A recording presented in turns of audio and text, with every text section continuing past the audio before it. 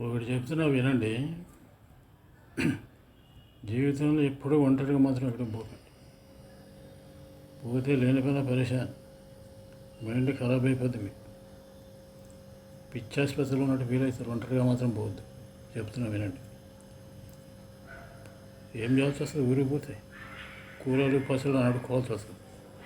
ఇంత బతికి ఇంటి వెనకాల తెచ్చినట్టు అయితే నీ పరిస్థితి ఆలోచించుకోండి. ఎవరింటికైనా పోతే కొంచెం టీ పోసినామని పోదాం అనుకో, వాడేమనుకుంటాడు, టీ కోసం వచ్చి ఉండేమని మొహం ఇట్లా తిప్పుతారు. మొహం ఇట్లా మార్చుడు. లేనిపోయిన కథలు శకలు ఉంటాయి. ఈ ఊళ్ళల్లో గ్రామాల శకలు వేరే ఉంటాయి బాబు. ఊరోళ్ళ శకలు మామూలుగా ఉండవు. మనుషులు నిలువలు అమ్మేస్తారు.